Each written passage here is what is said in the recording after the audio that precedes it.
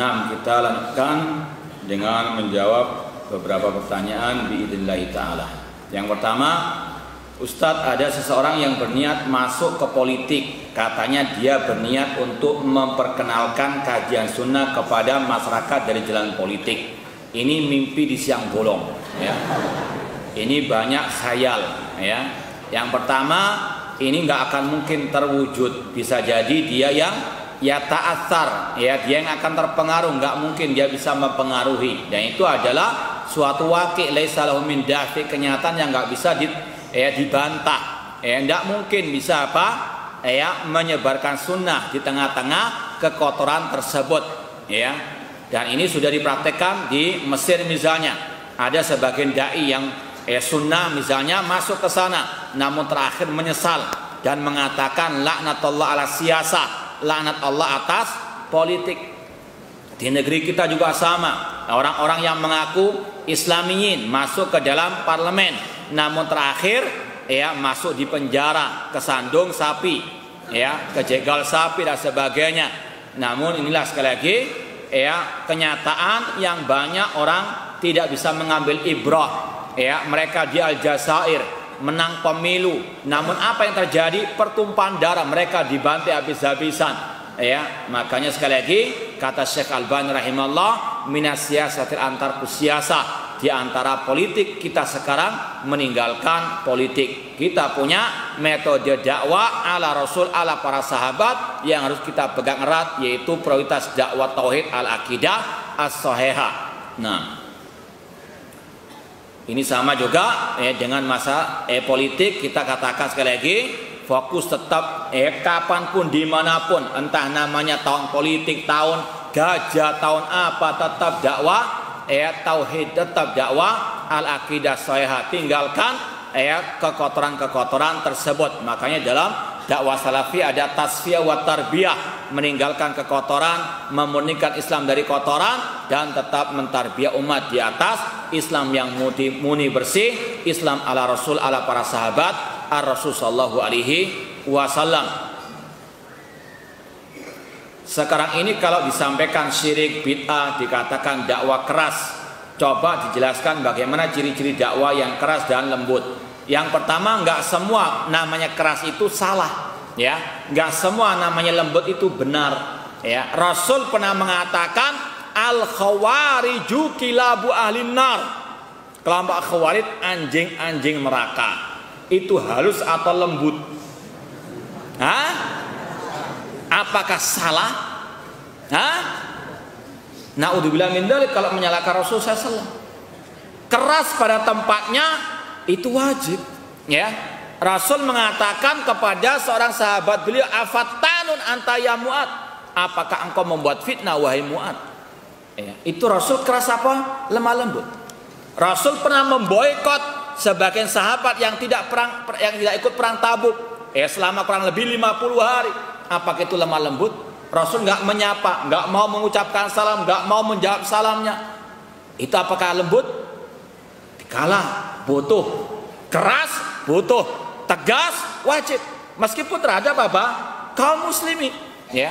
Para salafus saleh mereka keras kepada alil bidah, ya. Abu Hanifah mengatakan la'anallah Amr bin Ubaid, semoga Allah melaknat Amr bin Ubaid, kelompok Mu'tazilah, liberal istilahnya, ya. Khalid bin Abdul Al-Qasri memenggal leher Ja'ad bin Dirham karena sesat akidahnya, bahkan kufur, ya. Ini keras, namun ketika pada tempatnya itu adalah hak, itu adalah suatu yang disyariatkan, ya. Rasul mengatakan tentang kelompok khawarij juga, ya, fa idza laqitumuhum faqtuluhum, jika kalian wahai pemerintah, pemimpin kaum muslimin menjumpai mereka kelompok khawarij, perangi, bunuh mereka. Keras atau lemah lembut? Tidak selalu keras itu salah. Demikian pula enggak semua lemah lembut itu benar, ya. Enggak apa-apa, itu kelompok yang masih kaum muslimin, ya kita menjalin ukhuwah Islamiyah. Nata'awanu fima tafaqna alaihi wa ya'dhuru ba'dna ba'dan fima ikhtalafna fi. Kita saling tolong menolong dalam hal yang kita sepakati, kita saling toleransi dalam hal yang kita perselisihkan, meskipun masalah akidah apa perselisihan, ijtihad, ya. Lemah lembut. Apakah benar seperti ini? Naudzubillah min dzalik. Ya, sekali lagi ukurannya maka Rasul para sahabat Rasul sallallahu alaihi wasallam. Sekarang ini diputar balikkan, ya. Yang keras tentang alil bid'ah dikatakan terlalu radikal, ya. Yang lemah lembut kepada alil bid'ah, ini orang yang penuh dengan hikmah. Masya Allah, ya. Ini sekali lagi talbis iblis. Ini adalah bisikan asyaitan. Sekali lagi banyak orang-orang kita sok bijak, bijaksana namun nggak bijak sini, kepada alil bid'ah lemah lembut, kepada kita luar biasa, tuduhan-tuduhan dustanya. Namun sekali lagi makanya butuh as-sabar dan sabar. Apakah benar umur umat Islam tidak sampai 1500 tahun? Ini hasil ramalan orang-orang yang tadi menyimpang dari akidah as-sahihah. Hati-hati. Sekarang ini banyak dai-dai yang sudah beralih profesi menjadi peramal atau paranormal. Hati-hati, maka tadi harus selektif menimba ilmu, mendatangkan ustadz untuk kajian juga harus selektif. Kalau tidak, semua akan bertanggung jawab di hadapan Allah Subhanahu wa taala. Apa maksud dari Rasulullah SAW meninggalkan kursi kepemimpinan dan membiarkan orang kafir menjadi pemimpin? Rasul, beliau telah diperintahkan oleh Allah untuk melalui jalan metode berdakwah yang hak, yaitu dakwah tauhid, dakwah akidah, memulai dakwah dari bawah, dari akidah, dari pondasi, bukan dari atas. Seperti antum bangun rumah, pernahkah antum membangun rumah dari atapnya dahulu? Itu orang apa? Dari pondasinya dulu. Makanya Rasul nggak mau memulai dakwah dari atas, dari bawah. Meskipun kalau orang sekarang mengatakan, loh nanti diambil orang kafir, biarin sudah, biarin ambil kursi-kursi itu, ambil sudah.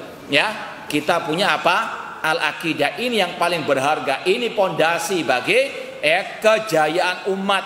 Dan Imam Malik mengatakan, lan yusliha akhir hadil ummah illa maslah awalaha. Akhir umat ini nggak akan baik, nggak akan menang, nggak akan mulia, nggak akan jaya kecuali dengan apa yang memuliakan, menjadikan jaya generasi awal umat ini, yaitu para sahabat Rasulullah SAW. Para sahabat pernah menggenggam dunia, mereka pernah menguasai 2 negara dikuasa, mereka pernah memimpin dunia ini dengan apa? Dengan akidah sahih, dengan tauhid, bukan dengan politik. Dan sungguh telah terbukti sekali lagi, politik itu bahkan menjadikan umat semakin terpuruk. Di Mesir kapan lalu mereka sudah menaikkan presiden mereka dari golongan mereka. Yang terjadi kudeta lagi, pertumpahan darah lagi. Seperti di Aljazair juga, mereka menang pemilu, apa yang terjadi? Pertumpahan darah lagi.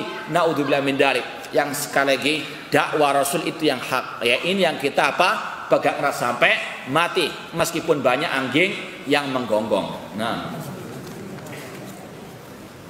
Bagaimana dengan kelompok yang mengaku salafi namun mencela dai-dai yang ada di Roja TV? Ini adalah dai-dai oposisi, Ini dai-dai yang sakit hati dan kadang-kadang mencela-mencela. Kemarin mengatakan haram dakwah di TV, buat TV, buat vlog, buat YouTube, katanya haram. Ini mencela-mencela. Makanya ada pesan dari Hudzaifah bin Yaman. Suatu saat Hudzaifah bin Yaman ditanya oleh Abu Mas'ud Al-Badri radhiyallahu anhuma, "Hat ilayya, berikan aku wasiat, petuah, wejangan." Kemudian kata Hudzaifah bin Yaman, "I'lam anna dolalata haqqad dolalati an ta'rif ma kunta tunkir wa tunkir ma kunta ta'rif." Ketahuilah, sesungguhnya kesesatan yang paling sesat yang sesungguhnya adalah engkau menganggap baik apa yang kemarin engkau anggap jelek, atau engkau menganggap jelek apa yang kemarin engkau anggap baik, ya. Wa iyyaka wattalawun fi dinillah. Jangan mincla-mincli dalam agama Allah. Fa inna dinallahi wahidun. Karena agama Allah itu satu, ya. Ini sekali lagi orang-orang yang tadi mencaci maki dai-dai tersebut, ini sekali lagi dai-dai yang ya sakit hati yang perlu diobati, ya. Jangan malah ya ikuti kajian-kajiannya karena banyak merusak sejak dahulu kala, ya. Sekali lagi harus hati-hati, selektif. Imam Malik juga pernah mengatakan arba'atun la yukhadu anhumul ilm. Ada 4 golongan yang tidak boleh diambil ilmu dari mereka. Yang pertama tentunya ahli bidah. Yang kedua adalah orang jahil. Yang ketiga orang yang dusta, dan mereka ini banyak berdusta sejak dahulu kala. Kita dituduh sururi dan sebagainya, padahal apa itu sururi? Ya, padahal sururi di antara ciri khasnya tidak mau mengajarkan akidah. Alhamdulillah kita banyak mengajarkan apa? Kitab-kitab al-akidah. Itu tuduhan dusta, mereka kadzabun, maka tinggalkan mereka. Kemudian yang keempat kata Imam Malik yang tidak bisa diambil ilmunya, orang-orang yang ahli ibadah namun nggak paham apa yang dia ucapkan, tinggalkan. Jadi harus dari yang berkompeten dalam ilmu agama, yang akidahnya lurus. Wallahu ta'ala alam. Cukup? Ya, ini yang mungkin bisa kita sampaikan pada kesempatan yang berbahagia ini. Semoga bermanfaat. Kurang lebihnya mohon maaf. Wa jazakumullahu khairan katsira. Aqulu qouli hadza wa akhiru da'wana anil hamdulillahi rabbil alamin. Wassalamualaikum warahmatullahi wabarakatuh.